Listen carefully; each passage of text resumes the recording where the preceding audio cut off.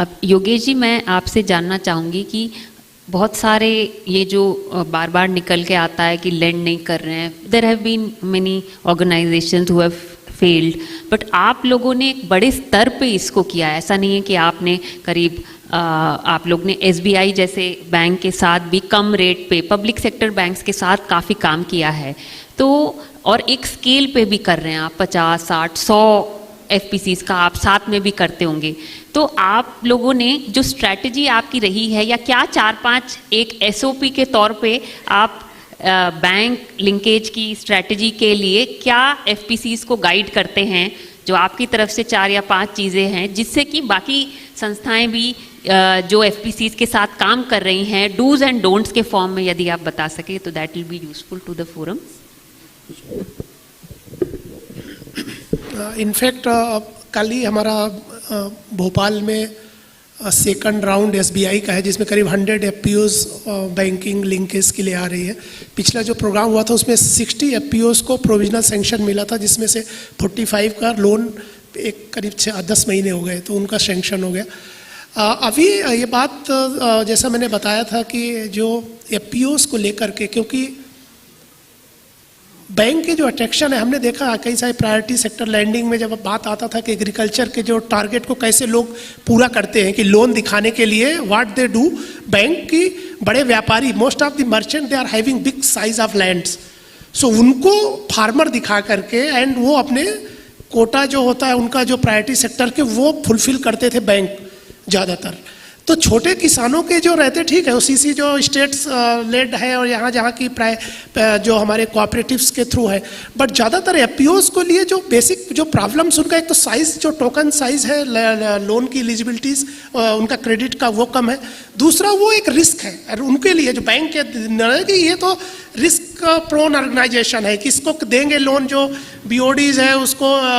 Banking के शायद language नहीं मालूम है, COs भी ज़्यादातर जो है हमें मालूम है कि 20-25 हज़ार रुपये में किस लेवल के COs मिलेंगे आपको, है लड़के जो गांव के हैं और हमारे छोटे छोटे इंस्टीट्यूट के पढ़े हुए हैं, तो शायद वो लैंग्वेज और वो जो टर्मिनोलॉजी और वो लाइजनिंग जो होता है, क्योंकि देश में आपने देखा होगा कि अरबों रुपए और कितने सारे लोन लोगों को मिल गए हैं, कई बाद में पता लगता है कि उसकी तो एलिजिबिलिटी नहीं थी और उसको आपने हज़ारों करोड़ के लोन लेके चले गए। लेकिन हमारे जब FPOs का जब स्कैनिंग होता था तो वहाँ पे तो पूरे नाम्स वही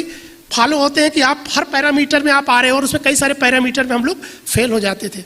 अब चूंकि गवर्नमेंट इसमें काफ़ी कर रही है और ये काफ़ी समय से, चूंकि अभी तो 10,000 स्कीम 2020 में आने के बाद नेशनल लेवल पे काफ़ी सारा बैंकों के ऊपर भी प्रेशर बढ़ा हुआ है और मिनिस्ट्री लेवल पे कई तरह लाइजनिंग हो रही है, और हम लोग थोड़ा लकली कुछ अच्छे लोग इस सेक्टर में जो काम किए, जिसमें नाम लेना चाहूँगा, प्रवेश शर्मा जी हैं जो मध्य प्रदेश कैडर के IAS थे, ऐसे अभी हमारे यहाँ फैज़ अहमद किदवई है जो मध्य प्रदेश कैडर के अभी मिनिस्ट्री में है एग्रीकल्चर में, और अलग अलग राज्यों में भी है, जैसे अभी महाराष्ट्र में गोयल साहब है, ऐसे कई सारे सीनियर लोगों ने। और क्योंकि लीडरशिप अभी देखिए, जो पर्टिकुलरली मोदी जी ने जरूर, हमारे प्राइम मिनिस्टर ने कई सारे FPO से बात करना शुरू किया, तो आप देखेंगे इससे काफ़ी चेंजेस आया है। अदरवाइज हमारे यहाँ, मैं आपको पर्सनल है बढ़ो, तो जब मैं अपने CM को बुलाने के लिए प्रोग्राम करता था तो हमारे PS ये बोलते थे कि वो बोलते हैं कि यार तुम क्राउड इकट्ठा नहीं कर पाते हैं, तो दिखते नहीं FPOs के लोग। अब FPOs के लोग बेचारे प्रोफेशनल लोग है नहीं, वो बेचारे उनको कि वो इस तरह से जाकर के मुर्दाबाद जिंदाबाद करेंगे कि आए हैं कि हम FPO वाले हैं, तो वो बोल रहे थे कि यार आपको अभी क्राउड उतना बड़ा उनके लिए बैंक नहीं बना है, मतलब पॉलिटिकल पार्टीज के लिए। लेकिन धीरे धीरे सिचुएशन चेंज हुआ, पिछले 3-4 सालों में काफ़ी चेंज हुआ है, और अभी काफ़ी ये बात सही है कि आपने अगर किसी ने FPCs का रजिस्ट्रेशन किया होगा, उसके साथ ही SBI का एक मेल आता है,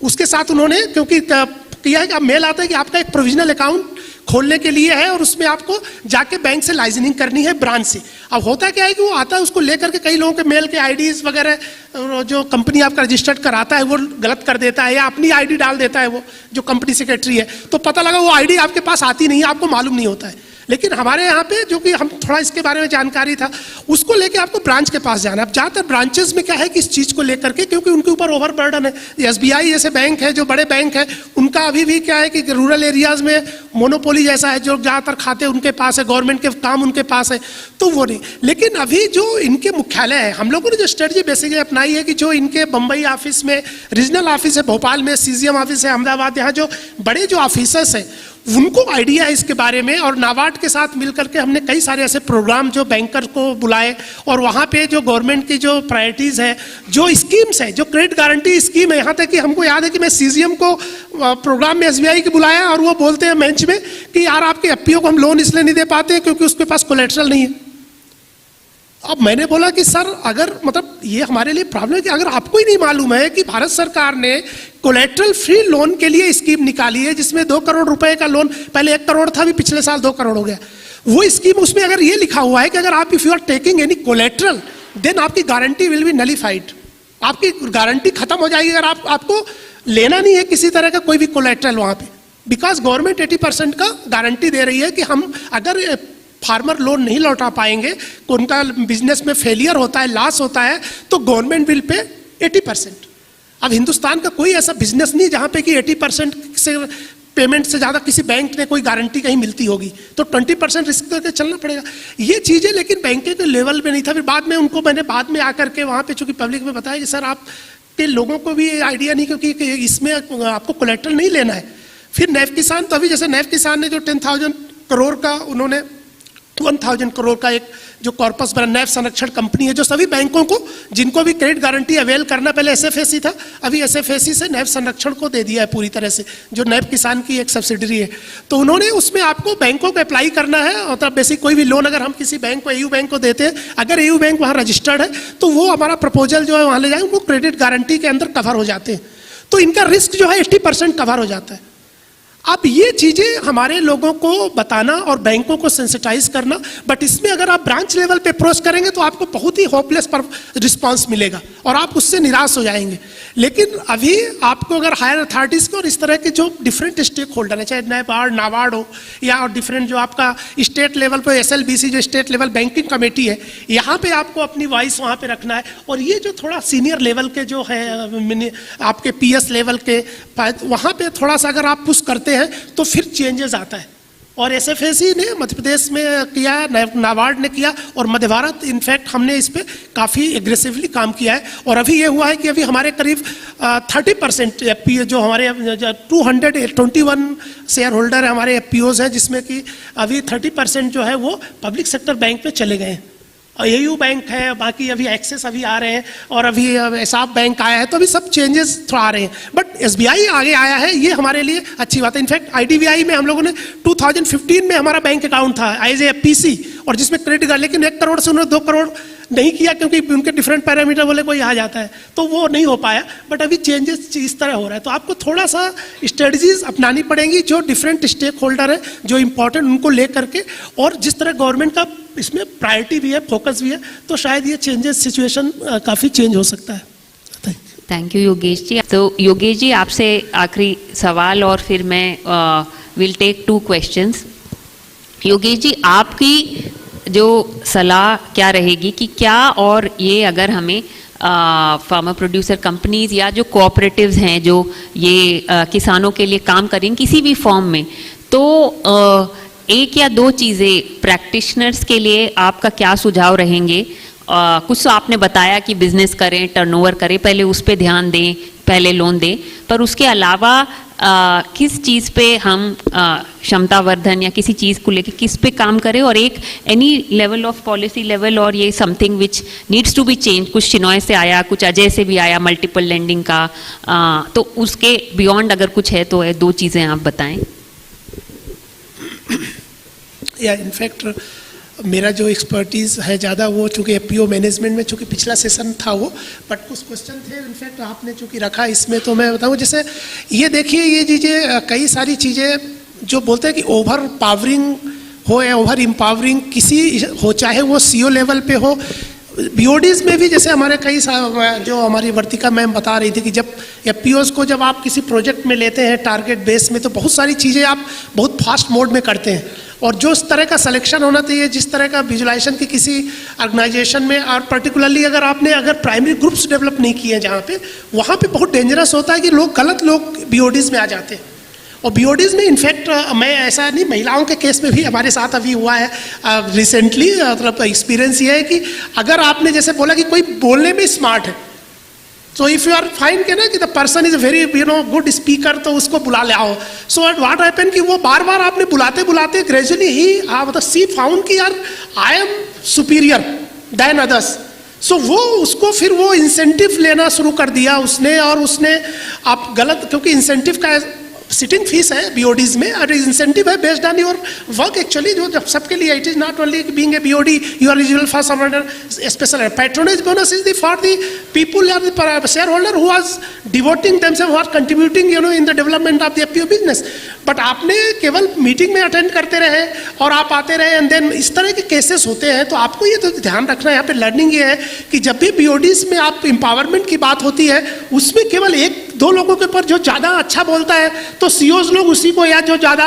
आपसे बातें आप कंफर्टेबल जोन में होते हो दोनों लोग, चाहे तो चेयरमैन और बीओडीज हो जाते हैं, बाकी जो दूसरे जो सीओ और चेयरमैन हो गए और बाकी जो बीओडीज. सो आपको यहाँ पे बैलेंसिंग करना बहुत जरूरी है कि आपको कई सारे लोगों को लेना है. और हमने अभी ये देखा है कि कई लोगों को हम अंडर एस्टिमेट कर रहे थे. कई ऐसी महिलाएं थी जो कम बोलती थी, बट इसका मतलब ये नहीं था कि उनको आता नहीं था या वो कर नहीं सकती थी, उनको मौके नहीं दिए गए. और अभी फाइनली ऐसा हुआ कि दे सेड कि आपने तो हमको मौका ही नहीं दिया, आप तो केवल उसी को बुलाते रहे हर मीटिंग में, आप जहां भी एक्सपोजर को ले जाना है, कोई गवर्नमेंट के प्रोग्राम ले उसी को ले जाते हैं. इस तरह का जो है, इससे आपको बचना चाहिए, क्योंकि वो लोग आगे चल के बहुत डेंजरस होते हैं एफपीओ के, क्योंकि उनको ये लगता है कि ये हमारा एफपीओ है, बाकी लोगों का नहीं, और ये मेरा हक है. तो ये यहाँ तक कि फिर वो सीओ के केस में भी यही होता है कि सीओ को आपने ज़्यादा इंपावर कर दिया तो फिर वो बीओडी को पूरी तरह से जो है उसके इंपॉर्टेंस को. तो ये बैलेंसिंग करना, और ये जो बात हो रही थी अभी कि एक डेमोक्रेटिक इंस्टीट्यूशन में जो पावर है वो केवल एक व्यक्ति के पास नहीं होना चाहिए, वो उसको डिसेंट्रलाइज करे. पर साथ में हमें ये भी देखना है कि जो लीडरशिप की कुछ क्वालिटीज़ हैं, कुछ बोलते होते कि भाई वर्थ भी होते, चाहे आप किसी भी इंस्टीट्यूशन को लो, चाहे अमूल हो, चाहे कोई भी दुनिया के बड़े मूवमेंट होंगे, कोई ना कोई लीडर होते हैं, कोई ना कोई लीड करने वाले होते हैं. तो ज्वाइंट लीडरशिप आपको जरूर, आपको उसमें प्रयास करना चाहिए, काम करना चाहिए. और कुछ लोग अगर हैं, लेकिन अगर वो सेल्फलेसनेसली अगर वो इस तरह से काम कर रहे हैं तो कोई डेंजरस नहीं, बट वो बहुत रेयरली ऐसे लोग मिलते हैं. तो ये एक बड़ा इशू है, एक बैलेंसिंग करने का. और दूसरा जो बात हो रहा है एफपीओस के लेवल पे कि जो पर्टिकुलर प्रोड्यूसर्स कंपनीज जो लोग चला रहे हैं, उसमें जो डिसिप्लिन है फाइनेंशियल लेवल पे, अभी ज़्यादातर ये देखा गया कि एफपीओस के जो डॉक्यूमेंटेशन की जो प्रोसेस है, उनके जो फाइनेंशियल सिस्टम एंड प्रोसीजर है, उसमें काफ़ी सारे कंप्रोमाइज लोग करते हैं. आज अगर आपने बिजनेस किया है, आज अगर आपने बुक ऑफ अकाउंट, ये एसएससी में ये डिसिप्लिन था, वो हमने देखा है कि वो लोग महिलाएं अपना क्लोजिंग करती थी डेली का डेली उनका होता था. अगर वो जो भी उनकी जिम्मेदारी किसी को अगर उन्होंने दिया है तो भी, या पीओज में लोग आज का कल कर लेंगे, फिर वो पैसा पता लगा कोई मैनेजर जो है अकाउंट वाला जेब में डाल के घूम रहा है. ये डिसिप्लिन होना अगर नहीं है तो पीओज का जो है वो बहुत दिक्कत हो जाएगा. ये आपको है कि आप डेली आपने जो आपका क्लोजिंग हुआ, आपका सेकंड डे, अगर फर्स्ट डे शाम हो, मंडे आपको बैंक में ट्रांजैक्शन बैंक में जमा होना चाहिए. कई लोग क्या करते हैं, उसी पैसे को इकट्ठा किया, उसी से पेमेंट देना शुरू कर दिया, उसको बैंक में नहीं ले गए. उससे आपका जो बैंक के हिसाब से भी वो गलत है, आपका हिसाब भी, और साथ में जो आपका एक बैंक के लेवल पे जो आपका एक वहाँ पे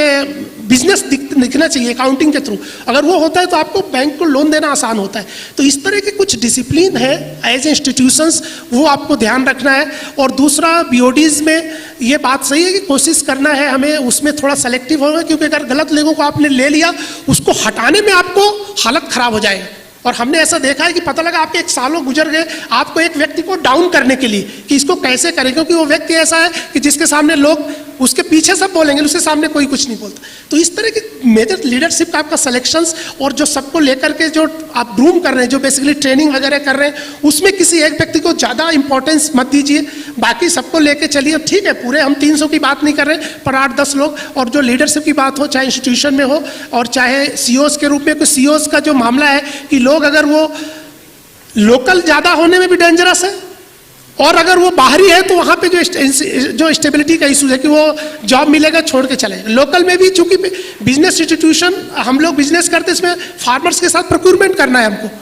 वहाँ पे पता लगा अपने रिश्तेदार हैं, भाई बंदे सब है, पता लगा वो जो खराब मटेरियल उनसे ले लिया और उनको पेमेंट पूरा कर रहे हैं, और दूसरे जो है, तो इस तरह के भी चांसेस हैं. तो ये बैलेंस करना सब चीज़ों में, ये आल्दो काम करके ही आता है. ये चीज़ें जो होती है वो बोलते हैं ना कि तैरना है तो आपको पानी में खुद ही डूबना पड़ेगा. बट कुछ एक्सपीरियंसेस है जो हम आपके शेयर कर सकते हैं, और हमारे साथ ही यहाँ पे कई सारी हमारी महिलाएं बैठी है, एसएसजी जो एफपीओस के लोग बैठे, एक्सपीरियंस से आता है. पर जो प्रमोटर है उनको जरूर ये ध्यान रखना चाहिए कि ये जो है कहीं इम्बैलेंसिंग तो ना हो, बेसिक जो डिसिप्लिन है वो, और जो कंप्लायंसेस है उसमें पीओज में बहुत सारे पेनाल्टीज है। अभी इनफैक्ट अभी अच्छी बात है, अभी हमने गवर्नमेंट के सामने हम लोगों ने काफ़ी एक हमारा CBPOs में भी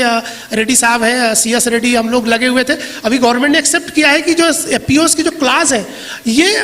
इसमें रिलैक्सेशन की जरूरत है। प्राइवेट कंपनी जो हमारी बड़ी कंपनीज हैं वो अंबानी और उनके क्लास और हमारे FPO से क्लास बहुत सारे एक जैसे हैं। तो उसमें अगर आप देखें कई सारी FPOs पता लगा ना जानते हुए उन्होंने AGM में लेट हो गई या कोई उन्होंने अपनी फाइलिंग में लेट कर दिया तो लाखों रुपए की पेनाल्टी आ गई, वो लाख रुपए कहाँ से दे पाएंगे। तो अभी गवर्नमेंट उसको कंसीडर किया हुआ है, फाइनेंस मिनिस्ट्री अभी जो मिनिस्ट्री ऑफ PMCA में है, मोस्टली हम होपफुली हो जाएगा। पर लेकिन हमें अपने लोगों, क्योंकि आप एक कंपनी चलाना और उस कंपनी में हम आपको बताएं कि हमारी कंपनी में जो काम हम कर रहे हैं वो काम हजारों लोग कर रहे हैं, और वैसे लोग कर रहे हैं जो कि बहुत जाइंट है मार्केट में,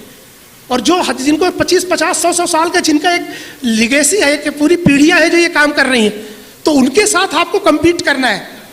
उनके साथ आपको बेटर सर्विसेज देना है। आप ऐसा नहीं कि आप केवल गरीब के नाम पे, पुअर के नाम पे मैं FPO हूँ, मैं छोटा हूँ, तो आपको कोई रिलैक्सेशन कोई नहीं देने वाला है। कोई आपको NGOs पार्टनर कुछ समय आपको मदद करेगा, लेकिन वो आप सोचें कि आपको एज ए बिजनेस इंस्टीट्यूशन अपने को खड़ा करना है। और लास्टली मैं ये बोलूँगा एक चीज़ जो अभी हम लोगों ने शुरू किया है और हमारे बहुत सारे साथी हैं ऐसा, कि आपको अपना प्रोडक्ट को डिफरेंशिएट करना है। जो भी मार्केट में आपको लेके जाना है बिजनेस में, आपके पास कुछ ऐसा हो जो दूसरों के पास नहीं है।